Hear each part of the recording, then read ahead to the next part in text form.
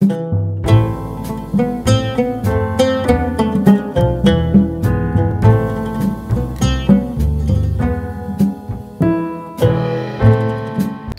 memilih sapi bakalan yang baik. Usaha penggemukan sapi memang banyak diminati oleh peternak-peternak pemula maupun pengusaha-pengusaha pemula.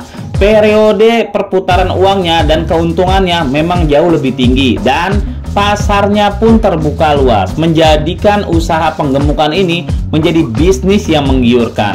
Namun, banyak yang ingin memulai usaha ini tapi belum mengetahui bagaimana cara memulainya. Salah satu adalah dengan cara memilih bakalan. Sapi bakalan ini adalah modal dasar untuk kita besarkan. Memilih bakalan yang tepat sangat berpengaruh dalam kesuksesan usaha penggemukan karena berdampak langsung terhadap produktivitas ternak dan efisiensi pakan yang akan kita gunakan nantinya. Salah memilih bakalan bisa bermasalah juga usahanya. Bisa membuat biaya pakan membengkak, namun pertambahan bobot tidak seberapa. Tapi jangan khawatir, memilih bakalan tidak terlalu sulit bagi yang sudah mengerti. Para pengusaha, baik itu pemula yang baru memulai usahanya di penggemukan sapi, bisa menerapkan 7 tips cara memilih sapi bakalan yang baik. Apa saja? Yuk kita simak. Nomor 7, bangsa sapi bakalan. Ada banyak jenis bangsa sapi yang bisa kita pilih, mulai dari sapi dari bangsa Australia, bangsa Cina, bangsa Amerika, ataupun bangsa India dan bangsa-bangsa lainnya. Walaupun dasarnya jenisnya sama, tetapi beda negara, beda pula pertumbuhannya. Catatan penting di sini, dari sapi negara manapun yang mau kita pelihara, haruslah yang memang stok ketersediaannya ada. Jangan sampai setelah kita tahu bahwa tidak semua bangsa sapi memiliki laju pertumbuhan yang cepat, lalu kita tahu nih dari bangsa ini yang harusnya bagus, stoknya ada nggak? Akhirnya kita hanya menghabiskan waktu untuk mencari sapi dari bangsa tersebut. Karena suka atau tidak suka, antara sapi lokal kita dengan sapi impor sana, pertumbuhannya beda jauh. Tidak dapat dipungkiri kalau sebenarnya sapi-sapi luar negeri memiliki pertumbuhan bobot badan yang jauh lebih tinggi dibandingkan sapi lokal. Mereka jauh lebih cepat dan lebih cepat beratnya juga kalau dibandingkan dengan sapi lokal kita dalam hal yang sama nih. Waktunya sama, pakannya sama. Namun begitu, sapi lokal jauh lebih unggul dalam hal ketahanan. Sapi lokal kita nih lebih kuat beradaptasi dengan kondisi lingkungan Indonesia serta pakan berserat kasar. Bahasa mudanya, yang lokal tidak terlalu memengan atau rewel. Daya tahannya kuat, tidak sulit perawatannya, ini itu sapi lokal nih. Lagi pula, sapi lokal terlihat lebih kokoh, kuat, dan gagah. Meski mungkin postur tubuhnya lebih kecil dibandingkan yang luar. Nomor 6, usia sapi bakalan. Banyak yang mengabaikan hal ini. Yang penting asal besar dan terlihat bagus saja. Padahal usia sapi tersebut masih sangat muda. Bakalan sapi yang tentu saja terdiri atas sapi jantan maupun sapi betina haruslah berumur 1-2 tahun. Dalam hal ini, dengan alasan apapun, hindari pembelian bakalan sapi di usia 1 tahun ke bawah. Karena hal ini akan beresiko kepada lamanya waktu pembesaran untuk mencapai bobot maksimalnya. Contohnya, sapi bakalan yang baru kita beli berusia 6 bulan atau lebih sedikit. Sapi ini bisa mencapai bobot maksimalnya dengan pemberian pakan yang benar dan perawatan yang benar dalam waktu 1,5 tahun. Tapi karena kita memeliharanya hanya setahun saja, maka kita membuang setengah tahunnya untuk mencapai bobot maksimalnya. Umpama di Idul Adha ini kita jual dengan bobot 400 kilo. Padahal bobot maksimal sapi ini adalah 500 kiloan lebih dengan memeliharanya beberapa bulan lagi. Nah, pemilihan umur bakalan sapi menjadi langkah awal yang sangat menentukan keberhasilan usaha penggemukan sapi. Alasan lainnya adalah tidak semua jenis bakalan sapi yang usia setahun pun semuanya bagus untuk diternakan menjadi sapi potong. Salah menentukan usia sapi bakalan bisa menyebabkan proses penggemukan berjalan lebih lama. Padahal setiap pembelian bakalan sapi kita sudah berhitung 1 tahun ke depannya, tepat saat Idul Adha, di mana harga tinggi dan pasar jual beli lebih tinggi. Padahal setiap pembelian bakalan sapi kita sudah berhitung tuh 1 tahun ke depannya bagaimana pada saat tepat Idul Adha, di mana harga sedang tinggi dan pasar jual beli sapi saat itu juga sedang tinggi.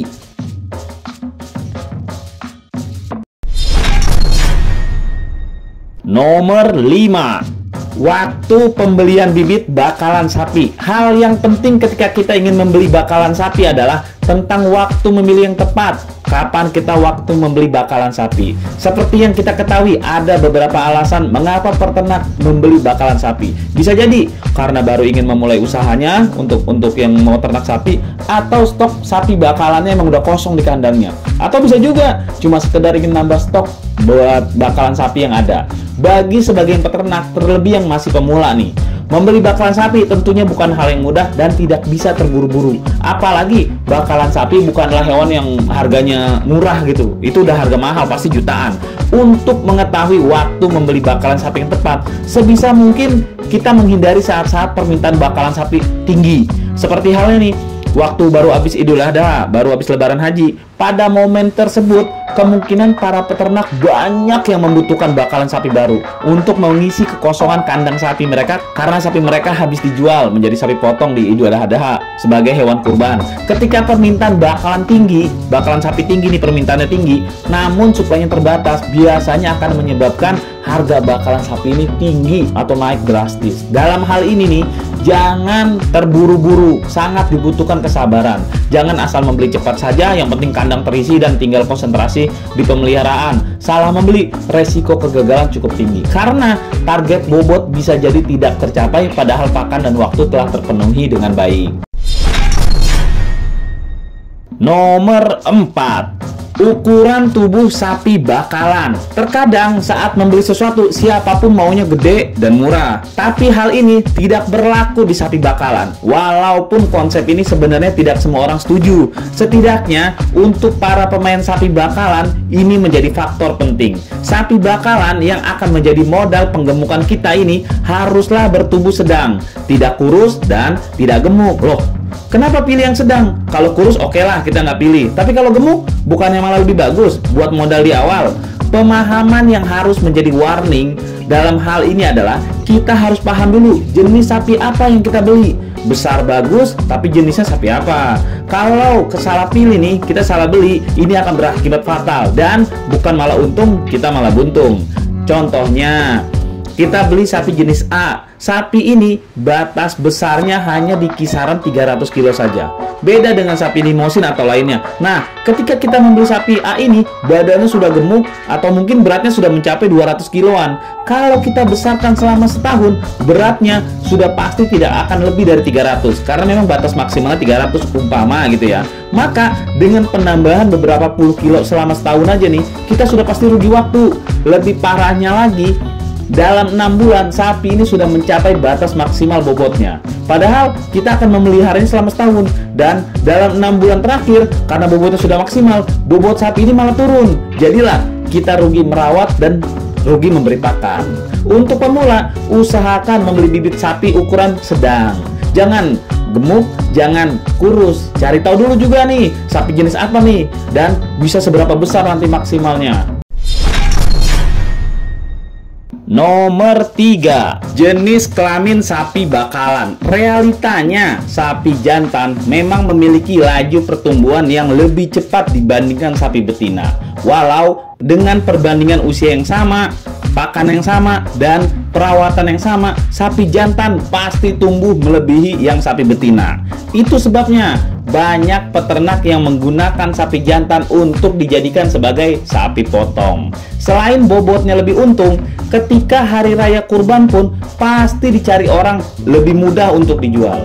Sementara sapi betina hanya bisa diandalkan untuk sapi potong dan indukannya saja. Tidak bisa untuk sapi jual hari raya kurban.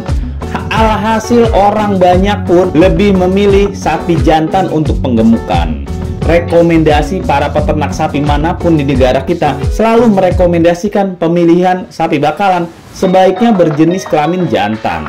Selain dipercaya sapi jantan pertumbuhannya lebih cepat dibandingkan sapi betina, entah kenapa dalam hal penyakit pun sapi jantan lebih tahan banting. Sebenarnya hal ini bagus karena dengan penggemukan sapi potong memilih yang jantan, otomatis yang betinanya akan dijadikan indukan terlebih dahulu. Pemerintah pun menganjurkan hal tersebut karena untuk mencegah pemotongan ternak betina yang berusia produktif. Sapi betina biarkan melanjutkan takdirnya sebagai orang tua, punya anak dan menghabiskan waktu masa produktifnya. Lalu setelah akhir barulah kita potong. Nomor 2, sapi bakalan sehat tidak sakit. Jika membeli sapi bakalan di pasar atau di tempat penjualan yang kita tidak akrab atau kenal banget, ini bisa menjadi hal yang harus benar-benar diamati dengan teliti. Ada beberapa hal yang harus diperhatikan dengan benar sebelum terjadi transaksi. Hal pertama yang harus dilakukan untuk mengecek sapi ini sakit atau tidak adalah dari matanya. Cek dengan teliti, matanya ini mata binar cerah atau rada-rada sayu. Sakit tidaknya sapi dapat dengan mudah terlihat di sini. Kalau sudah rada sayu, meleknya ogah-ogahan, atau kayak orang ngantuk setengah teler, mendingan cari yang lain. Apalagi membeli sapi yang lagi tidur, mendingan jangan dah. Sekenyang apapun sapi habis makan, kalau ada orang di sekitarnya, nggak bakalan tuh sapi molor. Jadi kalau si penjual bilangnya sapinya ngantuk habis makan kekenyangan, jangan dipercaya dah. Yang beginian tuh jangan dipercaya. Selanjutnya adalah cek bagian bulunya, rada pendek, halus dan tidak kusam. Sebenarnya sih kalau dari bulu ini tergantung dari jenisnya. Hanya saja dengan mengecek bagian bulunya kita dapat ketahui apakah sapi ini terawat atau enggak, bersih apa kotor dan sebagainya. Yang terakhir, cek sekujur tubuhnya, ada cacat atau enggak. Jika kita ingin menjadikan sapi ini proyek untuk hari raya kurban, pahami aturan pasti membeli sapi kurban. Sedikit cacat aja, si pengkurban lebih memilih membeli sapi lainnya yang enggak cacat. Sapi cacat di hari raya kurban nanti harga jualnya akan jatuh. Nomor 1, bakalan sapi jinak. Di beberapa daerah di Indonesia ini ada beberapa sapi yang memang dibiarkan bebas untuk makan dan hidup berkelompok. Jadi jika sudah mendekati waktu Idul Adha, barulah sapi itu ditangkap dan dikandangkan selama 2-3 bulan terakhir. Dalam masa itu terkadang sapi belum jinak, masih liar dan meronta, terutama yang jantan. Tidak sedikit yang malah menyerang manusia yang mau memberinya makan. Ketika kita membeli bakalan sapi, pilih yang sudah jinak. Jangan pas mau disentuh aja nih berontak, begitu didekati marah. Ketika kita berada di sekitarnya dia ngamuk, nah itu jangan.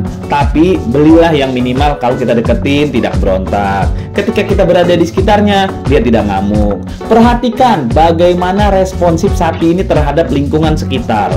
Ketika ada banyak orang-orang yang mendekatinya, apakah dia cenderung tenang, tidak liar dan jinak? Sebaliknya, apakah dia merontak, liar, marah dan pokoknya sering berontak lah, suka menjauhi orang dan terlihat agak liar? Lebih baik pilih yang lainnya. Hal ini menyulitkan kita ketika melakukan perawatan nantinya. Dari mulai memberi pakan, membersihkan kotoran, sampai memandikannya, semuanya akan sulit dikerjakan dalam rutinitas hariannya kalau sapi yang kita pelihara ini adalah liar.